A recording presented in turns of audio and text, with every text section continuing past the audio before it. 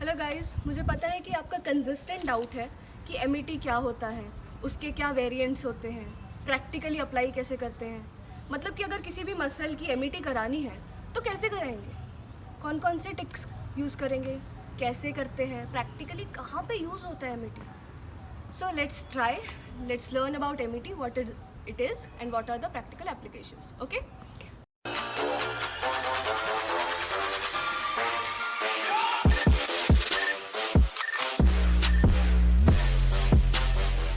MET होता क्या है? Muscle energy technique. ठीक है, तो इसकी जो नाम है, इसकी फुल फॉर्म है, उसी में आपकी डेफिनेशन छुपी हुई है। मसल एनर्जी टेक्निक मतलब कि मसल की खुद की एनर्जी से, it is a form of manual therapy which uses muscles own energy to produce relaxation in the muscle. ठीक है, तो मतलब आप क्या कर रहे हो, मसल की खुद की एनर्जी लेके उसी में रिलैक्सेशन प्रोड्यूस कर रहे हो। इसका मतलब मसल खुद ही काम कर रही है अपने आप को रिलैक्स करने के लिए। ठीक है, तो that is your muscle energy technique. Okay, तो अब मसल एनर्जी टेक्निक के टाइप्स और बाकी आगे का सब कुछ पढ़ने से पहले हम ये जानते हैं कि बैरियर क्या होते हैं। ठीक है, अब बैरियर जानना क्यों ज़रूरी है कि जब भी आप पुश कर रहे हो या रेजिस्टेंस लगा रहे हो तो आपको पता होना चाहिए कि आपको कहाँ तक स्ट्रेच करना है और कहाँ पे रेजिस्टेंस लगाना है।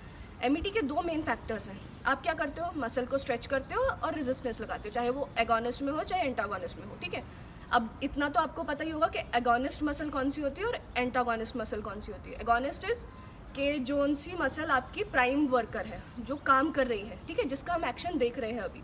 और एंटागोनिस्ट जो कि रिलैक्स होती है उस मसल का काम को हेल्प करने के लिए। ठीक है, तो अगर मैं ये कहूँ कि लेफ्ट साइड में साइड बेंडिंग कर रही हूँ नेक की, तो मेरी एगोनिस्ट कौन सी है, इस साइड की मसल, एंड मेरी एंटागोनिस्ट कौन सी है, इस साइड की मसल। ठीक है, I hope that is clear. तो अब हम देखते हैं कि बैरियर क्या होती है। ठीक, बैरियर क्या है कि अगर मैं यहाँ तक अपनी मसल को स्ट्रेच कर रही हूँ, यहाँ किसी एक पॉइंट पर जाके आपको लगेगा कि हाँ बस अब इससे ज़्यादा ना मुझे रेजिस्टेंस फील हो रही है। जिस पॉइंट पे आपको वो रेजिस्टेंस फील हो रही है दैट इज़ योर बैरियर। ठीक है, अब बैरियर्स जो होते हैं वो चार टाइप के होते हैं। चार टाइप के कैसे? फिजियोलॉजिक बैरियर, इलास्टिक बैरियर है आपका, एनाटॉमिकल आपका, रिस्ट्रिक्टिव बैरियर। ठीक है, जो रेजिस्टेंस आपको ये रिस्ट्रिक्शन फील होती है दैट इज़ योर बैरियर। ठीक, अब आपको सबसे पहले क्या करना होता है कि आपको पूरी मूवमेंट करा के पहले ये पता करना है कि बैरियर कहाँ पे है। ठीक, उस बैरियर के बाद ही आप रेजिस्टेंस लगाते हो। तो सबसे पहली चीज़ क्या होती है एमईटी में? बैरियर फाइंड करना। Okay, hope that is clear. अब एमईटी कब कराते हैं, कैसे कराते हैं? देखो, कुछ चीज़ें हैं एमईटी कराने से पहले या टाइप्स जानने से पहले जो कि हम ध्यान रखते हैं कि एमईटी आप कम से कम 5 से 6 7 बार करवाओगे।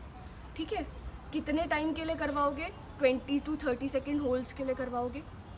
Okay, each repetition would be इतना इतना, 5 से 7 और 30 सेकेंड होल्ड, उतना उतना आप करवाते हो।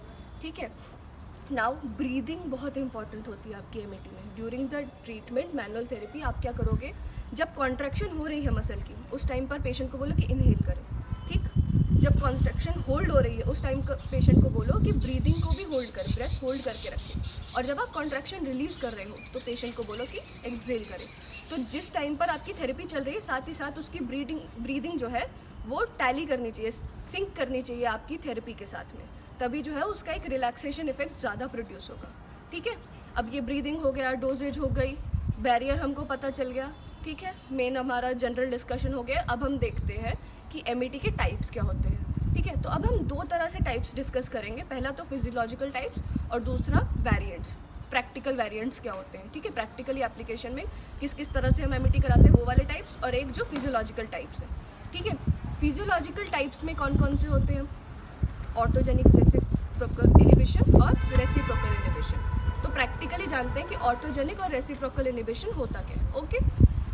ओके, तो अब एनाटॉमिकल बेसिस पे या प्रैक्टिकल बेसिस पे हमारे 4 वेरिएंट्स या 4 टाइप्स रहते हैं। ठीक है, जिसमें से कि पहले दो क्या है, रैपिड इसेंट्रिक आइसोटोनिक स्ट्रेच और स्लो इसेंट्रिक आइसोटोनिक स्ट्रेच। ये दोनों बहुत ही ज़्यादा सिमिलर रहते हैं, लेकिन इनमें डिफरेंस बस इतना सा आता है कि एक में आप एगोनिस्ट को टारगेट कर रहे हो और एक में आप एंटागोनिस्ट को टारगेट कर रहे हो। ठीक है, रैपिड इसेंट्रिक आइसोटोनिक स्ट्रेच में आप एगोनिस्ट मसल को टारगेट करते हो और स्लो इसेंट्रिक आइसोटोनिक स्ट्रेच में आप एंटागोनिस्ट मसल को टारगेट करते हो। ठीक है, अब इसमें हम करते क्या है, देखो जैसे नाम में है इसेंट्रिक आइसोटोनिक स्ट्रेच।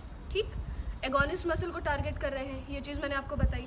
तो अब आप क्या करोगे, कि आप कॉन्ट्रैक्ट करने के लिए बोलोगे, ठीक है। ये हमारी एगोनिस्ट मसल अभी भी हमारी सेम है, राइट साइड अफेक्टेड है, ठीक है। ये एगोनिस्ट मसल का हमको क्या करवाना है, अब ये ध्यान रखो, एगोनिस्ट मसल का हमको क्या करवाना है, हमको इसेंट्रिक कॉन्ट्रैक्शन करवाना है, ठीक। तो अब हम बैरियर से स्टार्ट नहीं करेंगे, हम यहाँ पे स्टार्ट नहीं करेंगे, हम इधर से स्टार्ट करेंगे, ठीक है। तो अब हम क्या करवा रहे हैं, ओके, यहाँ से स्टार्ट किया। अब मैं पेशेंट को क्या कमांड्स दूंगी, मैं रेजिस्टेंस लगा रही हूँ, मैं पेशेंट को बोलूँगी कि रेजिस्ट करो but let me win, okay. So मैं जो फोर्स लगा रही हूँ वो ग्रेटर होना चाहिए देन द पेशेंट्स फोर्स। तो मैं पेशेंट को क्या बोलूँगी, apply force but please let me win, ठीक है, ओके।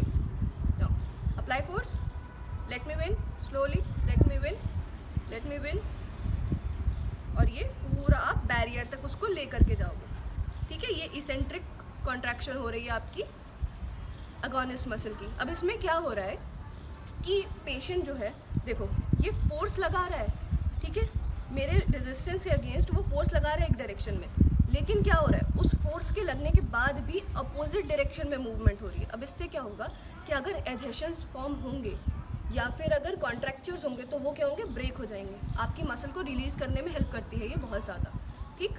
तो कहीं भी फाइब्रस टिश्यू फॉर्म हो रहा है, एडहेशंस फॉर्म हो रहे हैं, आपको ब्रेक करने हैं, तो आप this type of MET is the best for you, ठीक। मैं once again I am telling you कि क्या होता है, हम क्या करेंगे, बैरियर से स्टार्ट नहीं करेंगे, बैरियर तक लेके जाना है हमको, ठीक है।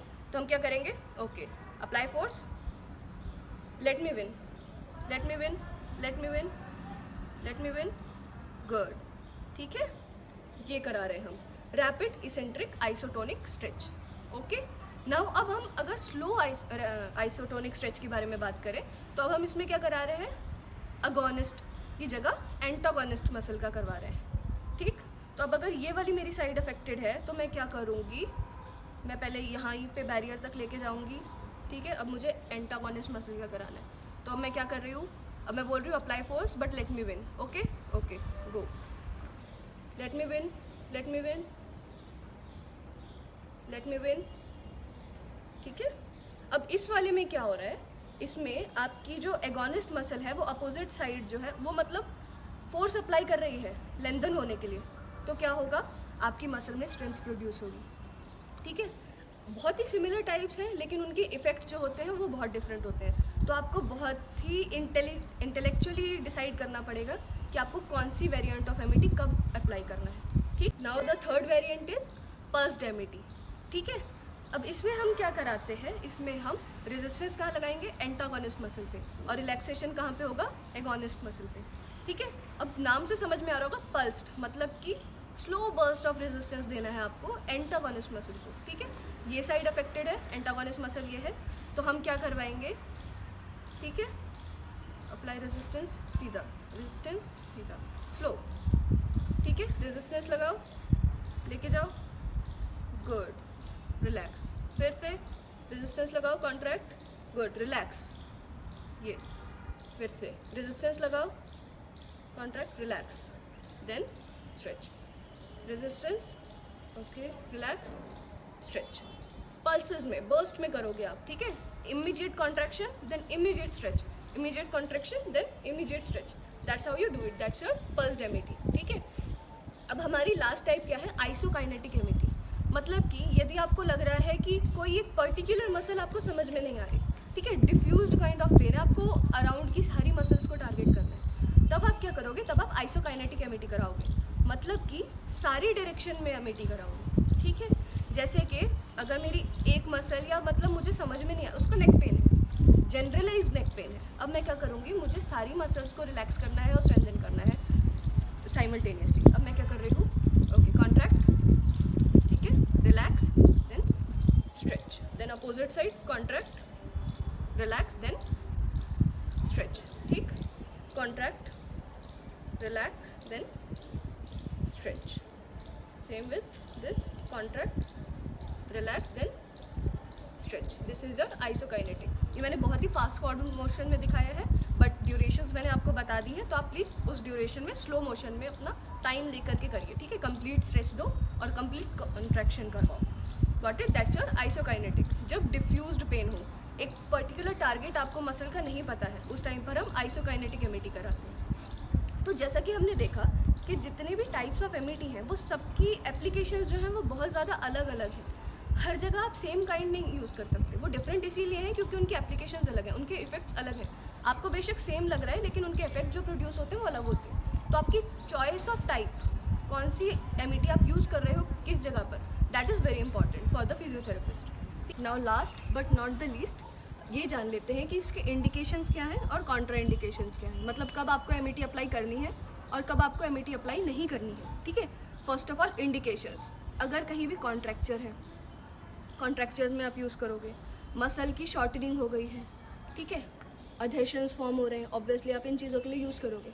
मसल की स्पास्टिसिटी हो गई है, तब आप यूज़ करोगे। आपको मोबिलाइज करना है किसी जॉइंट को या मसल को, तब आप एमिटी यूज़ करोगे। ठीक है, लोकलाइज्ड इडीमा है तो क्या होता है कि पल्स्ड एमिटी जब आप करवाते हो तो मसल का इमीडिएट या रैपिड कॉन्ट्रैक्शन और रिलैक्सेशन प्रोड्यूस होता है जिसकी वजह से इडीमा भी ड्रेन होगा। तो ठीक है, टाइट फेशिया है, फेशिया टाइटनेस है, एमएफआर के साथ साथ आप एमिटी का भी यूज़ कर सकते हो मसल को रिलैक्स करने के लिए। ठीक है, साथ ही साथ आप देखो, आप कॉन्ट्रैक्शन करवा रहे हो एगोनिस्ट की भी और एंटागोनिस्ट की भी, तो आपको पता है कि स्ट्रेंथनिंग भी हो रही है साथ में मसल की। ठीक है, जितना ज़्यादा आपको 20 से 50% स्ट्रेंथ पे करवाना है, तो जितनी ज़्यादा आप स्ट्रेंथ पे कॉन्ट्रैक्शन करवा रहे हो उतनी ज़्यादा उसकी मसल की स्ट्रेंथ भी बढ़ रही है, रिलैक्सेशन भी प्रोड्यूस हो रही है। ठीक है, तो हम कब कब करवाएंगे? टाइटनेस में, स्पास्टिसिटी में, कॉन्ट्रैक्चर में, अधेशंस में, इडीमा में, स्ट्रेंथनिंग के लिए, मोबिलाइजेशन के लिए, इन सब में हम एमिटी देते हैं। ठीक, मतलब कि आप ऐसे इमेजिन करिए कि कोई एक मसल है जो 30 डिग्री के रेंज तक जा रही है, शॉर्टनड है वो मसल। ठीक है, उसकी रेंज ऑफ मोशन बढ़ाने के लिए भी करते हो। तो जैसे ही आप इमीडिएटली एमिटी अप्लाई करोगे ना, आपको इमीडिएटली इफेक्ट दिखेगा, वो 30 to 45 चला जाएगा रेंज। इतना ज़्यादा रैपिड इफेक्ट होता है एमिटी का। ठीक है, तो आप एमिटी को जब भी अप्लाई करते हो तो एकदम से आपको रेंज ऑफ मोशन खुलता हुआ पता लगेगा, आपको इफेक्ट सामने ही दिखते हैं। ठीक, अब देखते हैं कि कॉन्ट्रा इंडिकेशंस कब होती हैं, कि हम कब कब नहीं अप्लाई करेंगे। सबसे बड़ी चीज़ fracture of this, open wound है नहीं करोगे, सिवियर स्प्रेन या स्ट्रेन है तो आप नहीं करते हो, ग्रेड 1 2 से कोई भी आप नहीं करोगे। ठीक है, क्योंकि मसल को कॉन्ट्रैक्ट नहीं करवाना है उस टाइम पे आपको। आप अगर मेटाबॉलिक डिसीजेस है नहीं करोगे, क्योंकि फिर उसके बाद आपका मेटाबॉलिज्म बढ़ जाएगा ना, बीएमआर बढ़ा देगा। फूड्स में नहीं कराओगे। अगर पेशेंट अनकोऑपरेटिव है तो नहीं करवाते हो, मेंटली रिटार्डेड है नहीं करवाते हो, और ऑब्वियसली अनकॉन्शियस है, पेशेंट कोमा में है, तो आप उसको कमांड्स ही नहीं दे सकते। जब पेशेंट आपकी कमांड्स, किसी भी केस में जब पेशेंट आपकी कमांड्स फॉलो करने में केपेबल नहीं है, तब आप एमिटी नहीं करवाओगे। बहुत ही बेसिक सी चीज़ है। तो इसके कॉन्ट्रा इंडिकेशंस बहुत ज़्यादा नहीं है, बट आपको बहुत ही केयरफुली अप्लाई करना पड़ता है कि आप मसल को ट्विस्ट ना कर दो, या आपकी एप्लीकेशन की वजह से, थेरेपी एप्लीकेशन की वजह से उस मसल में स्ट्रेन ना आ जाए, या कहीं आप उसका पेन बढ़ा ना दो। ठीक है, पेन को कम करना है हमारा टारगेट। और हाँ, अगर आपको इस चीज़ के नोट्स चाहिए, ऑब्वियसली मैंने प्रैक्टिकल वीडियो बनाई है तो आपको समझ आ गया होगा, लेकिन यदि आपको नोट्स चाहिए तो प्लीज़ आप कमेंट बॉक्स में बताइए। अगर आप कमेंट्स में, हमें 10 से ज़्यादा कमेंट्स मिलते हैं तो हम फिजियो विज्ञान के इंस्टाग्राम चैनल पे आपको नोट्स प्रोवाइड करवा देंगे। Thank you.